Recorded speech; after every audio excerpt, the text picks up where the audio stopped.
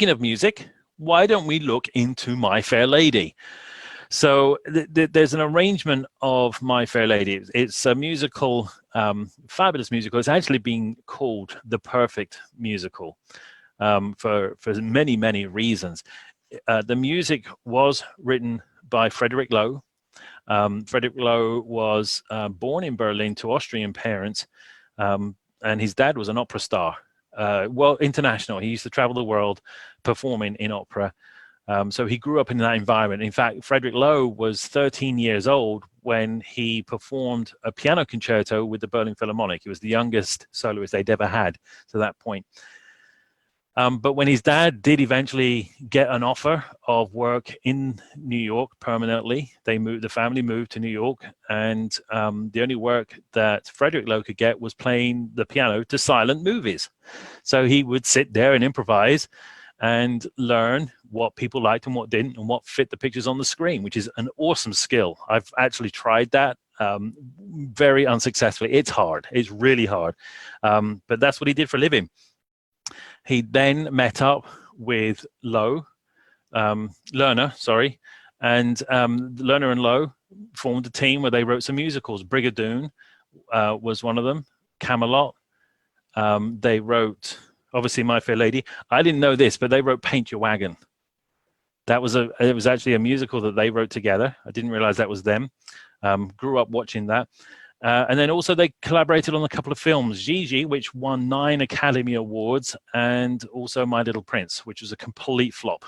But that was the last time by that time, Loewe was retired in Palm Springs, California, and wasn't really interested in anything anymore. But that's life. So there we go. Now, one of the things that happened in Broadway is that you'd get a lyricist and you get a composer, and they'd come up with some songs together. And then what happens is that those songs, once the show has a format, once it has a basic structure and we know what songs are going where, all that kind of stuff, the music is then sent off to be orchestrated.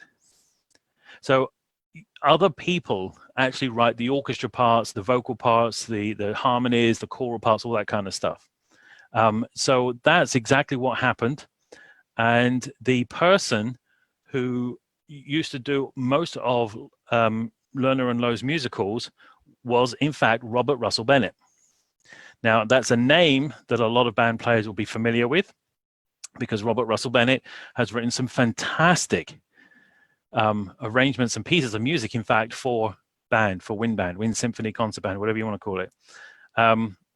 And one reason is because he got all that experience orchestrating musicals for Broadway, hundreds of them. He also worked with Kern, Rodgers and Hammerstein, Gershwin, and he was also neighbors with Rachmaninoff, and they used to hang out together and talk together and did some work together.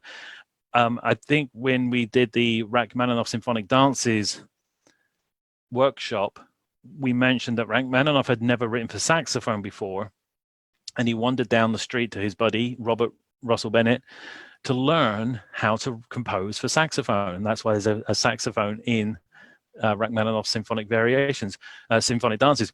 Well, what happened was, when Rachmaninoff was writing his 4th piano concerto, his 2nd is the most famous, really, really beautiful melodies. The 3rd is really gorgeous as well, and it's made famous by the movie Shine, with Jeffrey Rush in it.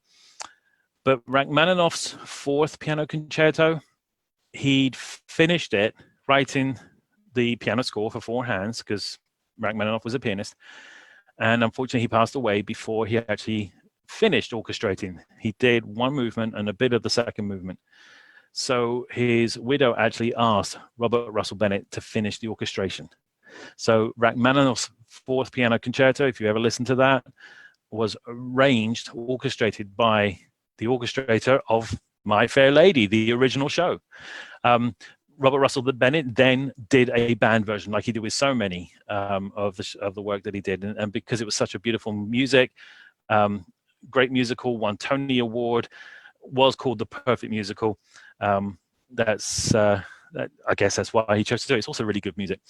So this arrangement that we're going to look at today has just got a few numbers in it, just to the big popular ones, not much of the background music. For example, the ball scene. Now here's an interesting story, because these workshops, don't forget, we're looking at the composer's life as well as a little analysis of the piece. The show My Fair Lady, if you're not aware, is based on a play by George Bernard Shaw called Pygmalion. So that's the original text. That's the original book, was a play by George Bernard Shaw. He never wanted this to be made into a musical. All right, he just was couldn't comprehend this being turned into a stage show. So he never gave the rights for it. However, there was a movie made in 1938.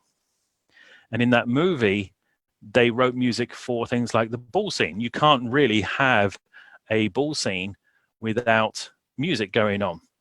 So they did that. That's what they wrote music for that. And again, Loewe was part of that just by coincidence. What they actually did when Lerner and Loewe did get the rights after Shaw died, he died in 1950. In 1953 or 4, Lerner and Loewe got the rights to actually do the musical. They used some of that same music from the 1938 film, which I think is fascinating. There are a couple in the ending as well. The end of the movie in 1938 is not the same as the book, and yet that's the version that Lerner and Loewe used for their musical. As I said, it did win a Tony Award. It was lots of people had tried to put Pygmalion as a musical. It's interesting that Rodgers and Hammerstein tried and failed. They literally couldn't do it. They just said it didn't work. And one of the main reasons is that Pygmalion is not a traditional love story. Musicals around that time apparently were mostly based on a love story of some kind, and Pygmalion was not. So people were really struggling to come to terms with the story and how to turn that into a musical that people would actually pay to attend. Lerner and Loewe tried it and eventually gave up for 2 years. They gave up trying to actually write this musical. But of course, the music that Loewe had started putting together just kept nagging at him. He wouldn't let go of it. And eventually in 1956, they came back to it, and within a year had finished the show, and it opened on Broadway. Rex Harrison was the number 2 choice. I forget who was the number 1, but Rex Harrison was the second choice for it. And Julie Andrews, she had just done her Broadway debut in The Boyfriend, and Lerner and Loewe went to see her, fell in love with her, and said, yes, she'll be great as Eliza Doolittle. So Julie Andrews was the original Eliza Doolittle, and it was the longest running Broadway show at that time. As I said, it won Tony. I've said that twice now. What else is there? I think that's about it. So that's My Fair Lady. Fascinating story, fascinating people behind it, and their journeys as well. Just unbelievable. And it's really, really good music. I like this one a lot.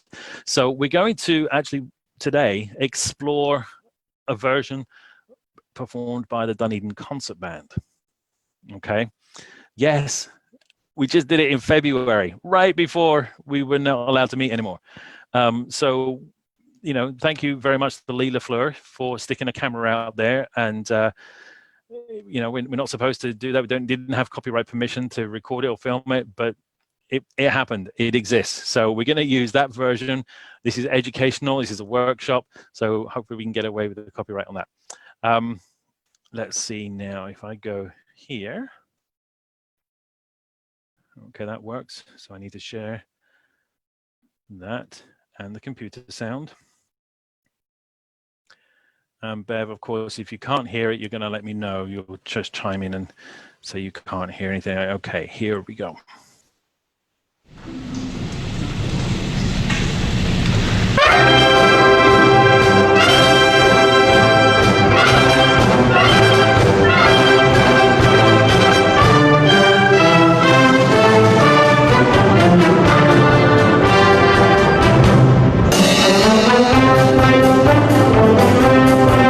All right, So fanfare opening, okay.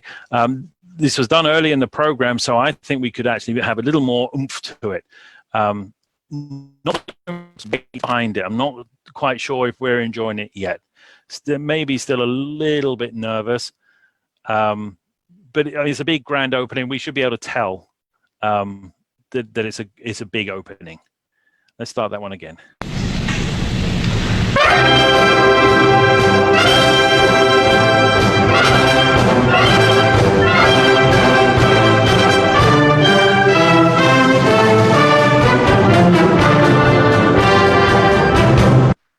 I love that. Finish it. Absolutely finish. That's the introduction done, and now we're going to move on to something else. There are some chords in there where the tuning's a little bit off. We're not listening to every single chord that's going on. Some of them, obviously, we tuned. We've already played one or two pieces, but there are specific chords that are not specifically in tune. Just listen to see if you can hear those again, so you can pick up the listening skills that we keep talking about. Right here. It's really hard to do when you're playing in unison. Obviously, octaves apart, but the tuning in those notes are very exposed. Let's go on, see what happens next.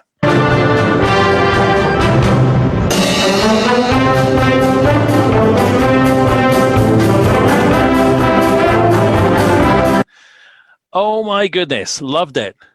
I'd forgotten this. So you guys, awesome.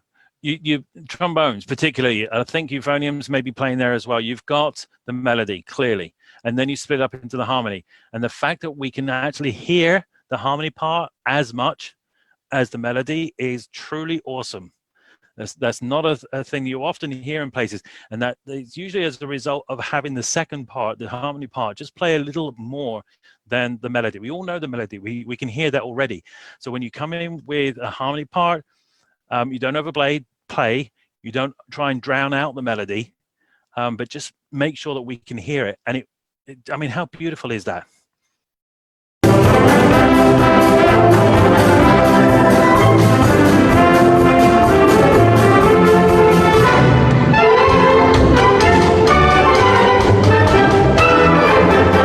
Okay, I'm not sure what the dynamic changes are there. I think that wins. We could play a lot quieter at that point.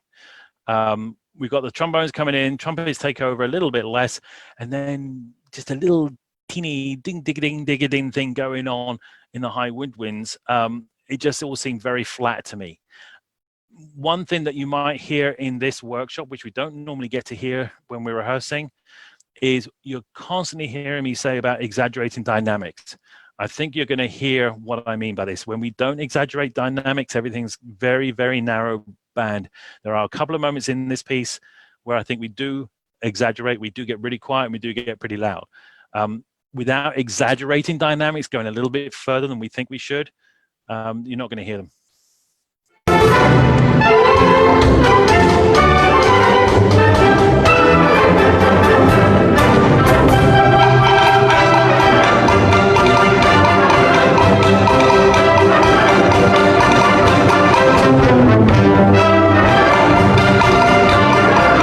So we've got audience members tapping their feet and nodding their heads because this is fun music. It's really good.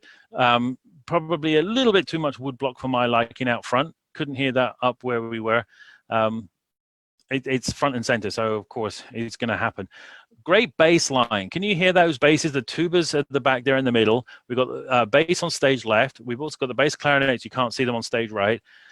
So everywhere there is a bass part. You can hear everything, and it's supporting everyone. It's helping with the tuning.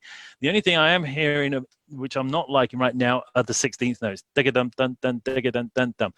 They're kind of rushed at this point, which worries me because we know we've got a tune coming up where it's a lot faster than this, full of 16th notes. I mean, just going ba-ba-bum, bum, ba-ba-bum. It's just not very clear and defined. We don't have to attack it. We don't have to make it march, but we do need to be clear.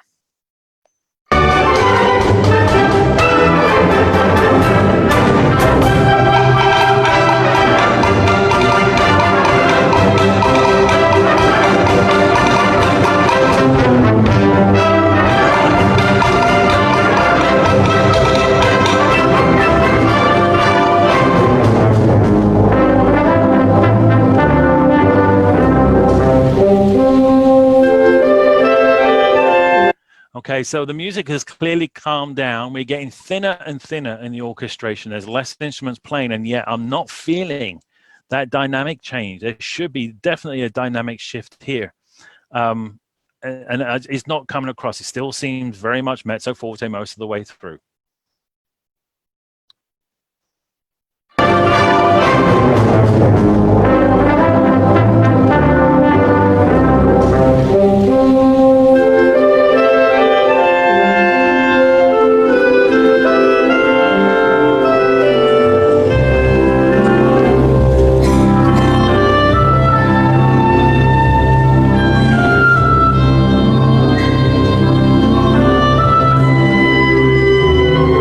Okay, very nice. So there we heard it in the clarinets. We really got down. At first, it was way too loud. The oboe had to come in, and we got a forced sound. Chris had to just overplay and force his sound out to be heard. No player should have to do, no soloist should have to do that, particularly on a gentle piece like that. And you know what, clarinets, you picked that up. You actually backed off. Second bar, that dynamic shifted a whole measure. A whole degree. So well done. That's listening. That's paying attention to what's going on.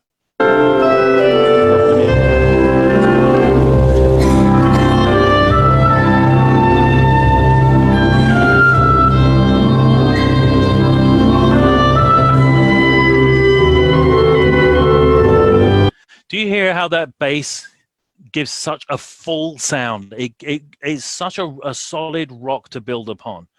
Nobody's worried about anything or where they are or what's going on, because the tubas, the basses, and the bass clarinets knowing exactly what's going on, keeping us in the right place at the right time. That's a nice heartbeat pulse going on underneath us. I love that.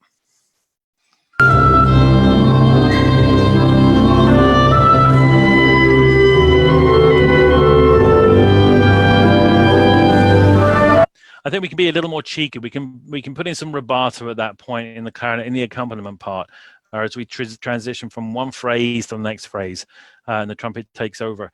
It doesn't have to be quite so strict.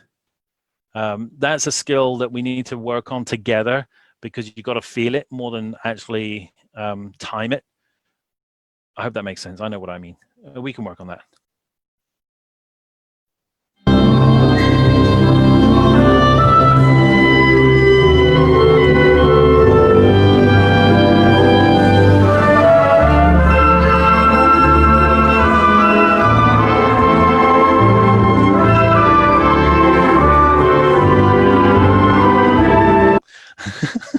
Can you feel how hard everyone is working at keeping this quiet? Quiet playing is not easy. You need more support, more effort to push the diaphragm up and support the sound.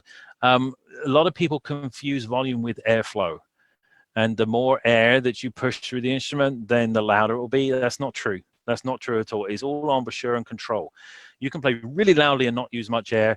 And you can play really softly, and again, you probably won't use much air anyway, but you got to work really hard at it, and it's an effort. It really is an effort. I can tell, I can feel it here, how hard people are actually working to play quietly. To me, this is still not pianissimo. We are nowhere near pianissimo yet. All right, but hey, it's a big difference to what went on before. So well done.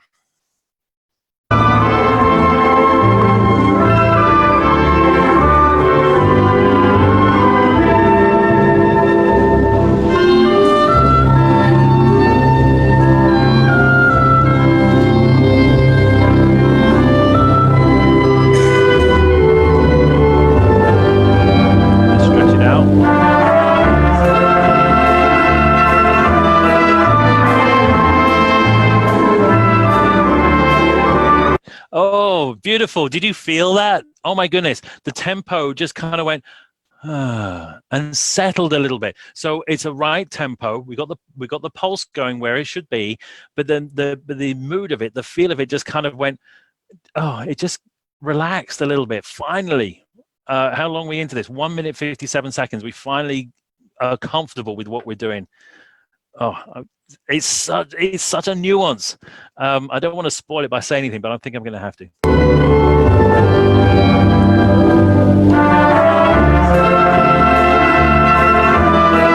Right there.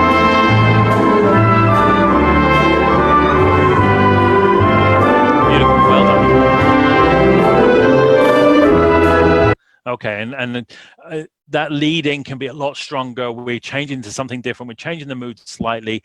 It's still the same tempo, same piece of music, but we've got something different going on. So that run up will give the melody folk, whoever comes in with the melody, something to go from, to build off of, and we can swoop it up and then take it back down again. We're allowed to do that.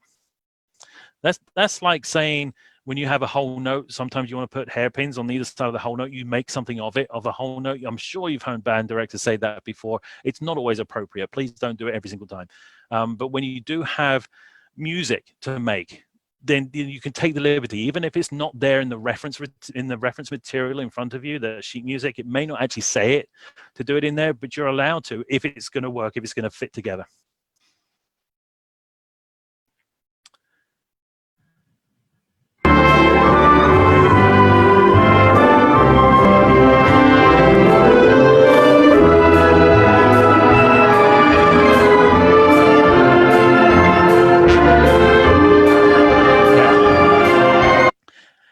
I've noticed this. There are some instruments every now and again that are not taking care of the sound. We're not blending. We're forcing out the notes, and it's standing out. We're not playing as an ensemble. We're playing as a bunch of soloists. We've worked so hard to stop doing that. So it's still happening. It's not easy to do, as usual. All this stuff that we do is not always easy. But just take care of the notes, the beginning and end of each note that you have.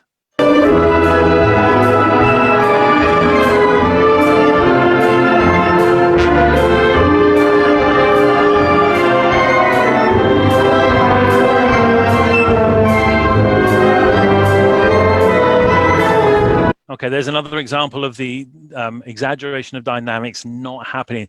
It was there, but it wasn't exaggerated. The other thing that I often say is play what you've got written. Don't necessarily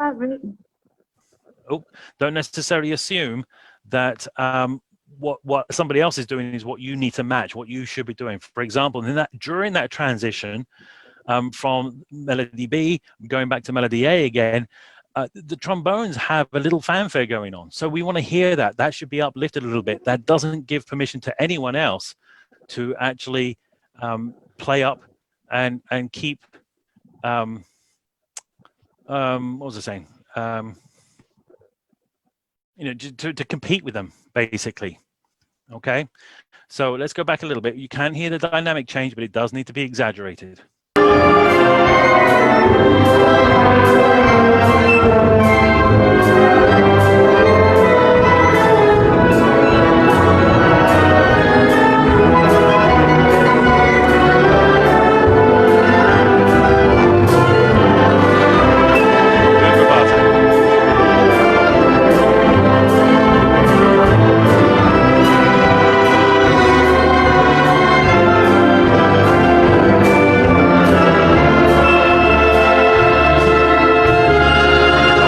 So not everyone's together there as the ritardando starts slowing down perhaps a little bit earlier than some of us expected. We just weren't together. I don't know if we were paying attention, if we weren't feeling or following each other. But some of us slowed down, some of us didn't at the same time. Need to pay attention to what's going on. If you get your head buried in the score, this is what happens.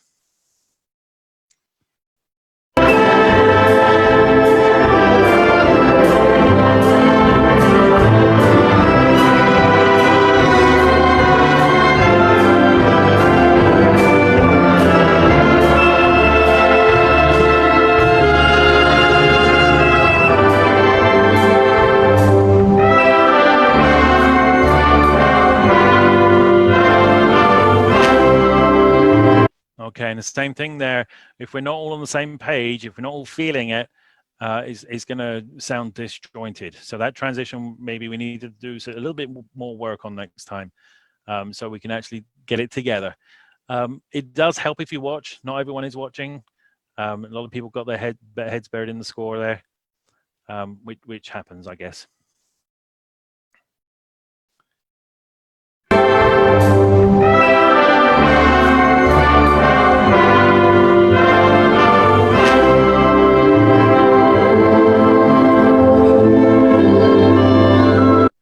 Okay, I'm sure you, I'm ripping this apart tonight. I'm sorry. So I'm sure you know what I'm going to say here. If you're sustaining those long notes, get out of the way. Shush. We can't hear the horns. All right, the oboes, Kate and Chris, there are having to overblow because we just can't hear what's going on during the transition. Okay.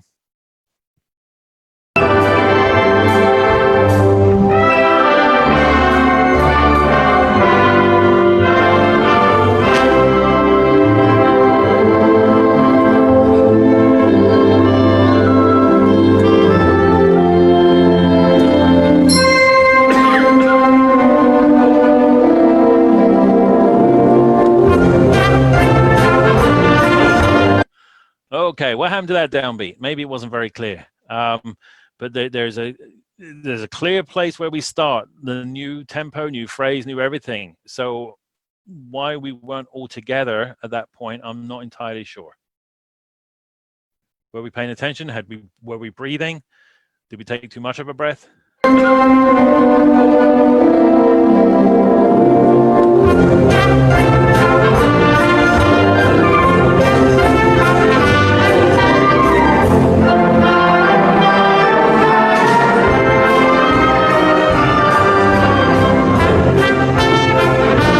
Okay, so this is an interesting point about staccato. So a lot of people interpret staccato as meaning short. It doesn't. Okay, that's marcatissimo. Staccato means separate, and you can feel the music is very flowing here, just like it was before. Okay, that mood hasn't changed very much. We've just got a different melody going on now. So this punchy trumpet line is too short, too separated. It doesn't fit with the flow of what's going on. And that's possibly because we got staccato written over the notes and we're making everything short. Doesn't need to be. In this particular venue with this acoustic, it doesn't need to be.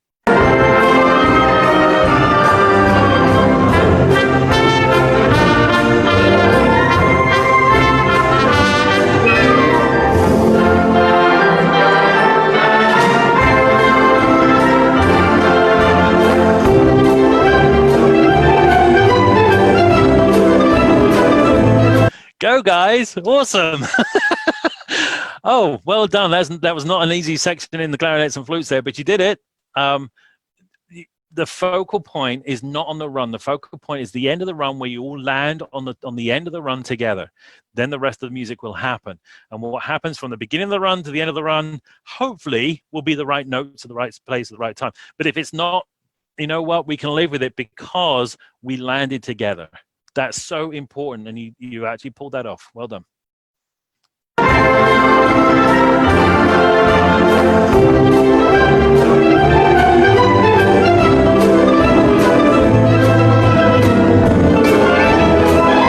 I think the saxophones have the melody.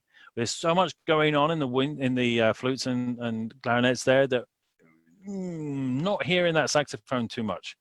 I think that's where the melody is.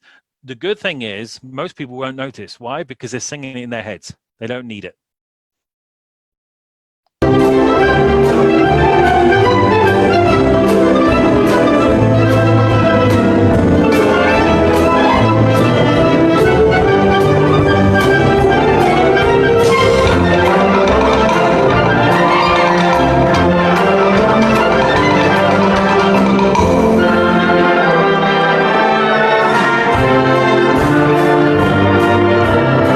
Okay, so I'm sure you're familiar with the movie My Fair Lady. I'm sure I'll be very surprised if you're not.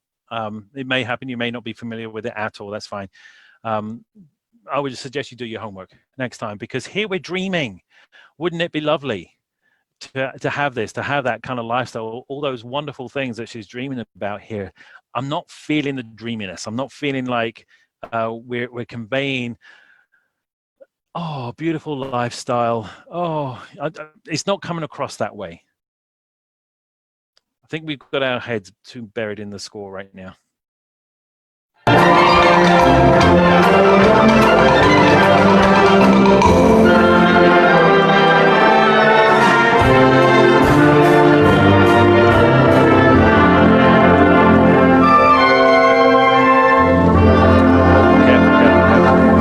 All right. right, so we've got a transition here going on with each bar basically being its own little thing. Not everyone's on the same page. We're not all following. We've got very sloppy entrances and exits going on here. Just pay attention to what's going on. Again, it may not be written in the score, but if you've got one corner of your eye, your peripheral vision on Conductor, then that will help. Listening will help as well. And also just being aware from rehearsals that this particular passage is not strictly in time.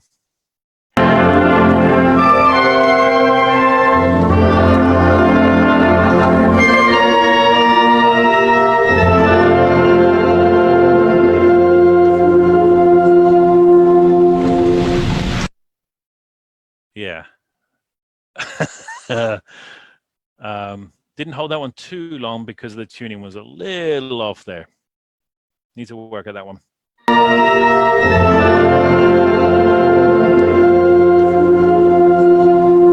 Find it. No.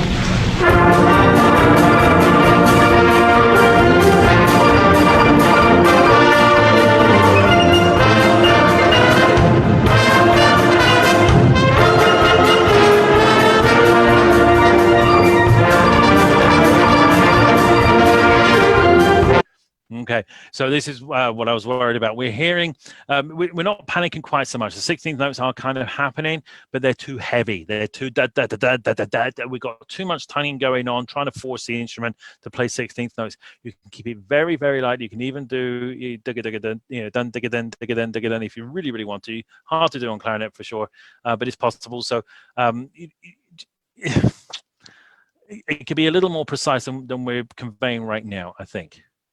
It's just too heavy, too solid. This is an upbeat, light piece, all right? You've got some of the audience tapping their hands and their feet already in this one, and rightly so, because it's fun music. Tempo is ideal. If you've ever seen the stage show, this is awesome.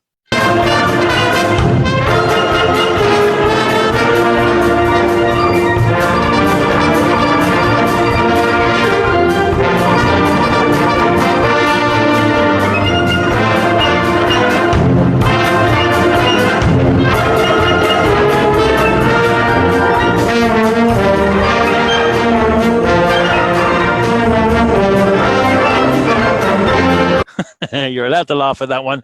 Yeah, you can enjoy it. Well done, trombones, for letting us hear the melody there, and well done for keeping up. There was a little moment about 15 seconds ago where the long notes were taking too long. We were holding on to the long notes, and it was almost like a surprise that the tempo is where it is. You've got to physically move faster. There's nothing around. There's no way around that. When you're actually playing a quick piece, it might mean you have to physically move yourself. It's a physical thing, playing these instruments. Winds are keeping up, and the tempo is just ideal. And it just seemed to come across as a little bit of a surprise after some of those half notes. But otherwise, no, this is, I'm enjoying this one. Of course, the basses are rock solid, always there. Well done, Patrick, on the bass drum. Thumping it when you need to. At the beginning of the piece, it was a little too strong, but this is where it's appropriate to have that.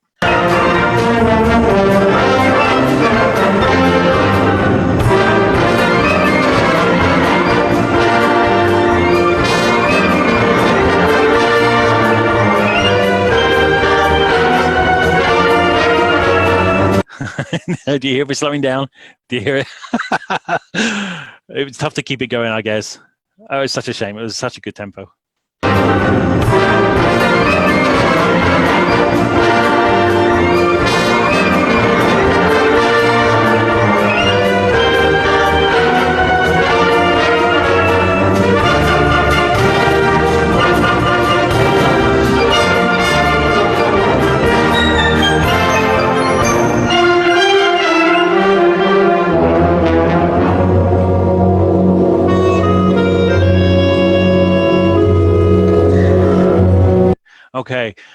Okay, not bad. So we do get a dynamic change, a very sudden change in the mood, the tempo, and everything, the style of what we're playing here. So we picked that up, we did it. There was a clear dynamic change as well. During those chord changes, though, between the clarinet little excerpts, then you can, again, do those swells on that beat 4 transition chord. That's what makes it interesting. You sigh, you breathe into the next chord of what's coming up and what the clarinet's going to do.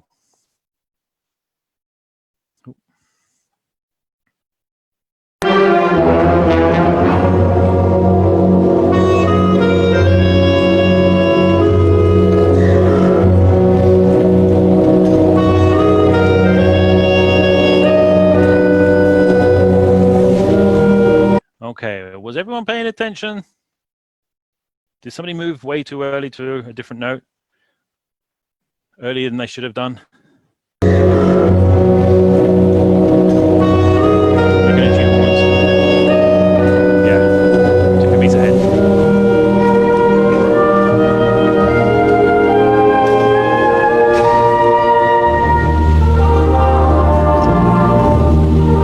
All right, so we need to work in our transitions. Again, that wasn't a very clean start. Okay, it winds down, it slows down. The flute suggests that they're taking over the melody here. And then once we hit that new tempo, we need to hit it. We need to land on that downbeat straight away and start playing the new style, the new piece, the new mood straight away together. So I'm just not feeling that sense of ensemble that we usually work so hard at getting. Need to pay more attention to the transitions next time.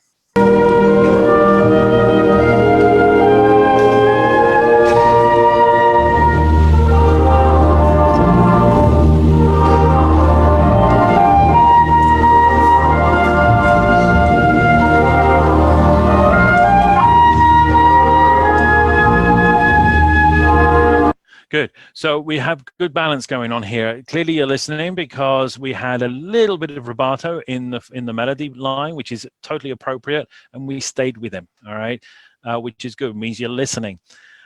Bass is rightfully strong, okay? You have a soprano voice singing the melody here, so they need something to sit on, and the basses are giving us that line.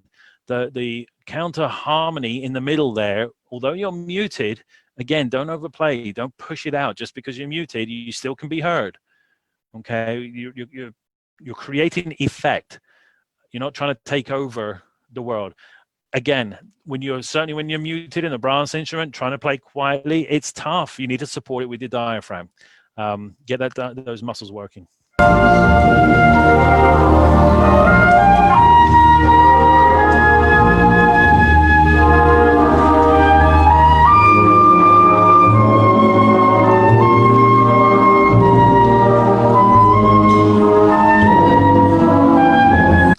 This is beautiful playing. Okay, there, said it, compliment. Well done. This is really, really nice. This, I'm hearing pianissimo, particularly from the clarinets. Didn't even realize they were playing. All right, because I'm paying attention to the brass, which is a little strong right now.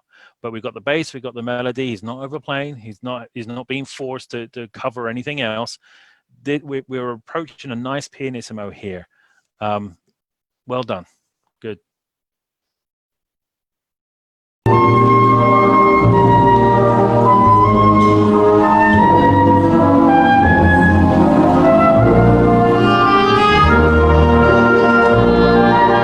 And again, paying attention to what that transition is going to be doing, making sure we're on the same page. Here's a tip for you. You may have seen this in other groups and in orchestras particularly. Every player, particularly in the front row, can see the other players. It's very rare that the conductor stands in their way. They need to communicate, and that's a position right there. That's probably not the best place to be watching, for the soloist to be watching the conductor. They should be watching each other. Okay, and then the conductor accompanies them so that the accompaniment on the bass, all that kind of stuff, know where they need to land. But the moving parts in that transition, that can be between you guys. Just keep your eye on each other there. I won't take offense, honestly. Oh, didn't go back.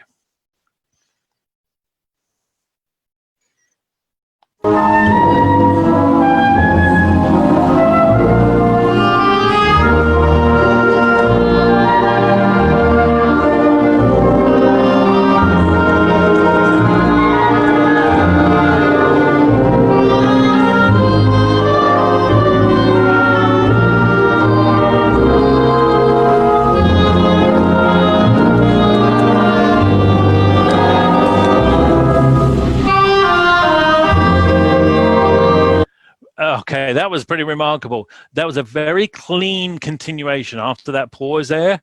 And the reason that I say that I'm surprised is because the end of the phrase before was really sloppy. We weren't taking care of the end of the phrase.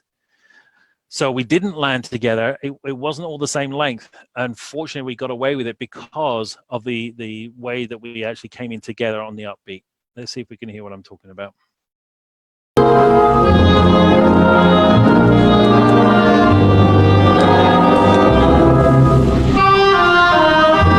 Yeah. So some of us held it on a little bit. I had to do a little bit of a cutoff there because some people had already stopped playing.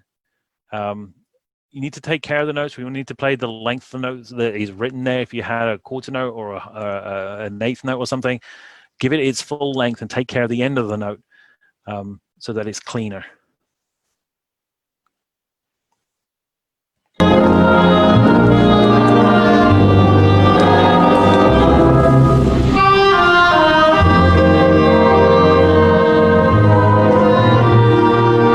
Okay, and again, we've got to watch. We've got to pay attention to what's going on there. Not coming too early. Get a lot of rubato. A lot of people struggle with rubato in wind bands because they're not used to it. We're used to playing the same tempo all the way through, particularly in marches, obviously. And when we actually hit this time stretching that we're doing here, it's a new experience for us. We're not used to it. It's not habit yet to actually know what you're doing, what to listen for, who to listen for, where to pay attention to.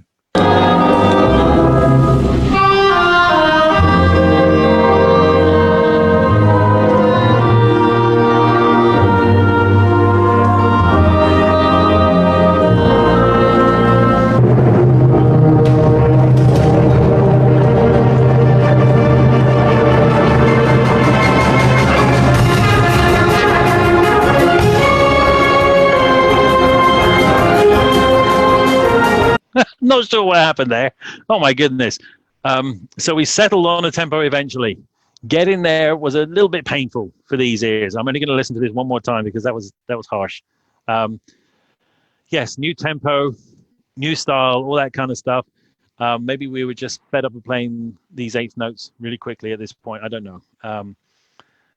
Didn't build up to anything because it was very sloppy. I think if we get it together, then we can build up that section, that lead in into that new tempo, and then just let it sing, let it fly by.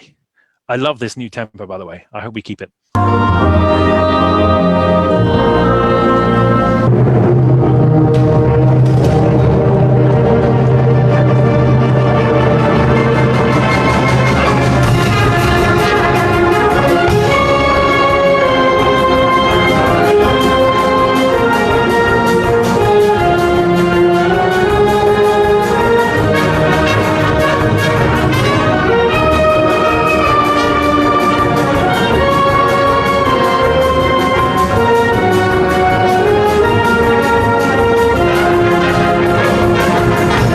Okay, well done, trumpets. You went for it. Love it. Obviously, I scared you the first time by paying attention to you. Again, thank you to the basses for keeping the tempo going. I love this. Winds, you've got the melody. It's pretty darn clear what's going on here. And you are kind of letting some of the inner parts come out and do their thing. I do like the balance of when people have different dynamics in this section, where they play loud, where they're supposed to play loud, and they play quiet when they're supposed to play quiet. When they know when it's their turn to be heard and when it's not. So well done. Just need to work on the tuning again. This is not the end of a concert. We should be listening and adjusting as we're playing. I mean, we shouldn't be too tired at this point.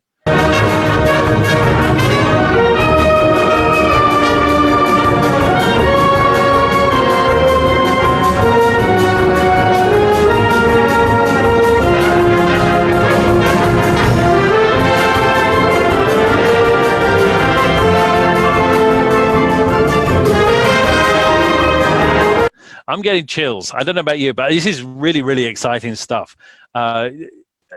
It's not totally together and in tune, but you know what? I'm not hearing that right now because I'm actually feeling something. This is exactly the right tempo as it should be. There's a lot going on and you're balancing really, really well.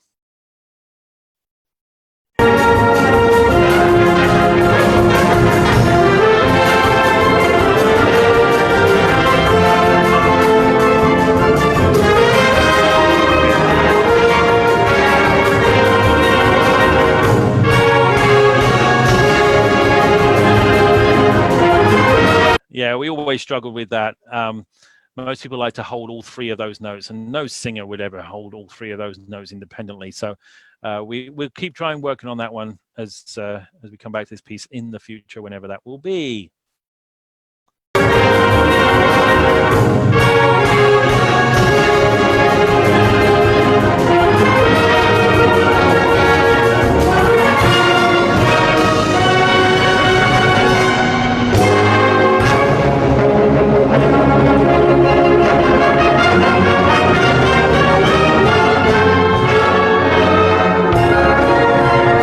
Okay, well done on that, Rallentando. That was together. We obviously all knew it was going to happen and where we were heading. When we got there, though, there was no change of character. There was no change of mood. We're going back to that really cheesy song that tenors love to sing for some peculiar reason. And I'm not feeling it. It's a difficult transition musically, okay? The arrangement itself, you think you're ending up for this big grand fanfare, and then you go back into this la la la la thing. We need to change the mood as much as dynamics and anything else there, and back off, make people pay attention, because it is unexpected.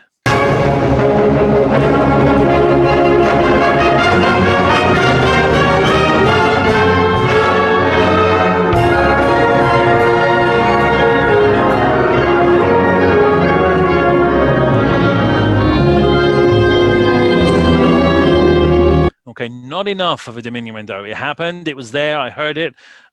So well done, but it wasn't enough. And those poor oboes had to come in and just blast their instruments out to be heard over everything else. When I say exaggerate dynamics, I really hope you're picking that up right now, of the effect of what that means.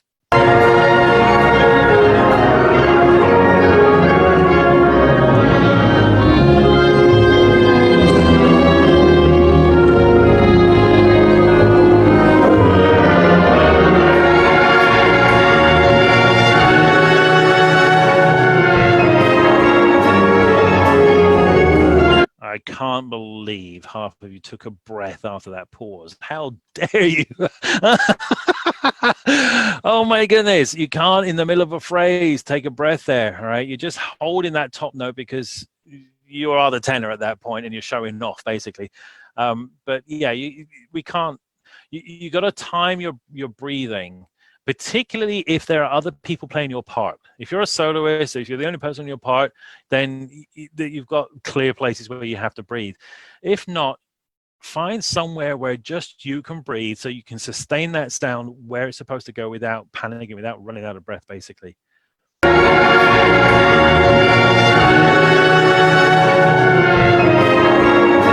Did you hear that comma, that whole, it just broke up the whole line. Such a shame.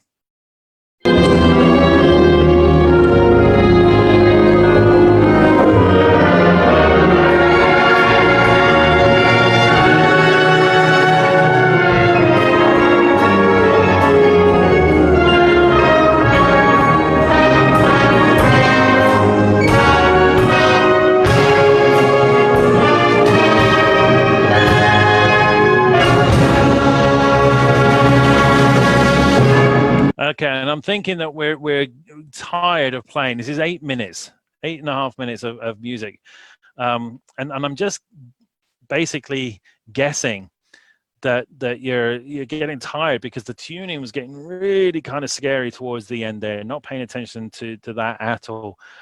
Otherwise, we were still together, which is good. We finished together. And we had that little plump at the end. We're going to listen to the whole thing in just a second, but I want to answer any questions. If you guys have got any questions, comments, concerns, now is the time to share them. If you want to do that on Facebook, if you're on Facebook, there are got a handful of people here on Zoom as well. So if you have any questions, comments, concerns, just put them in the chat box. And we'll get to them. Bev, I did see the little chat thing go active on Zoom for a little while. What kind of comments did we get? Alrighty, so Kate was saying that her mother and her mother's friend has loved this piece. Oh, not hard. Thanks, Kate, for sharing that. It's a beautiful piece. It's a good piece of music, and it's fun to play as well. I hope you agree. So yeah, great idea. Anything on Facebook? One question. Someone wanting to know what is the main thing you would want to see improved in our performance of this? Oh, what is the main thing I'd like to see improved in this? I think in this particular, from this version right now, I think the priority would be the tuning, particularly towards the end there. The timing issues, we can work on that. That's always stuff that we can cover up and pull together for the future. The tuning is individual. There's nothing anyone else can do about tuning. You have to pay attention to your instrument and where you're sitting pitch-wise with the folk around you, and adjust, constantly listening and adjusting. So I would work on the tuning in this particular performance. That was the only question? Yeah, that's it. Okay, cool. All right, well, thank you, folks. I'm going to listen to the whole thing now. You know, it's something it's interesting. Somebody a few weeks back said, what score would you give someone? Scoring is always hard. I mean, music is totally subjective. And I'm people, I didn't earn the nickname years ago of being the Simon Cowell of classical music for no reason. I can be a little harsh. It's fun though, isn't it? It's fun. I love this piece of music. So let's just have Stephen shut up now and watch the whole thing non-stop. We're going to do another workshop in a month. We'll do it the first Tuesday of July. Another DCB recording this time. Perhaps something from one of the Lord of the Rings movements. And we'll explore that as well. If you like these, please let me know. Please let us know. If you want us to do another one in July, let us know. Put a comment on the Facebook page on this video, and let us know that you want us to keep doing this while we can't meet in person. Look out for emails about the chamber music if you're interested in that. And yeah, okay, I miss you guys. So let's go here. I can't remember if there's anything else I have to share with you. Okay, computer sound. Go here.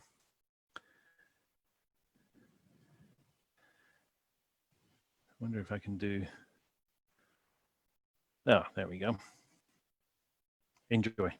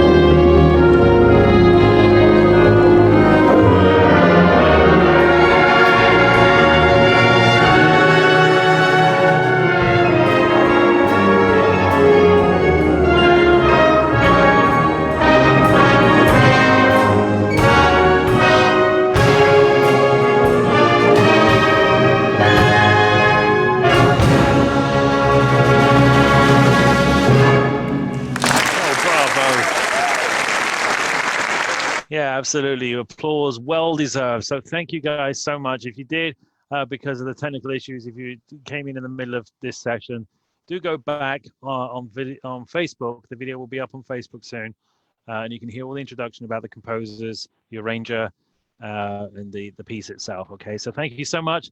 I miss you guys. Look forward to seeing you again soon. Please leave some nice comments on Facebook. Okay, cheers. Take care. Bye.